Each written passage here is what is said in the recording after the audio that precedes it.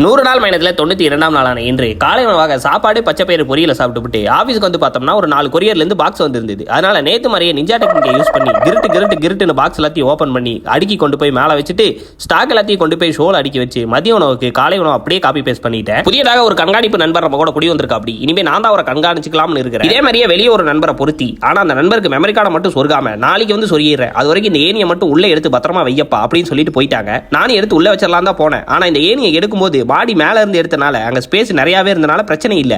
ஆனா இதை எடுத்து உள்ள வைக்கணும் அப்படின்ற பட்சத்தில் இடமோ சின்னது, சுத்தி கண்ணாடியோ இருக்கு. நானும் ஒரு மாதிரியான மண்ட கோளாறான ஆளு. ஒரு வேளை பட்டுன்னு பொட்டுன்னு போயிருமோன்ற பயம் உள்ளுக்குள்ளேயே இருந்தாலும் அப்படி எந்த சேதாரமும் நடக்காதபடி உள்ள கொண்டு வந்து பக்குவமா வச்சுட்டேன்.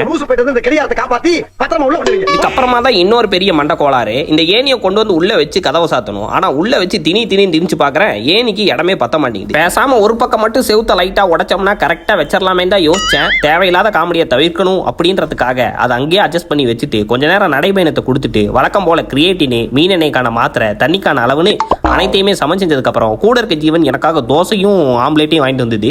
அனைத்தையுமே சாப்பிட்டு வெளியே ஒரு ஜோரா மழை பெஞ்சுக்கிட்டு இருந்ததா, அதனால காத்திருந்து காலம் போகுதடின்ற மாதிரி உட்காந்து பார்த்துக்கிட்டு இன்றைக்கான நாளை முடிச்சுக்கிட்டேன்.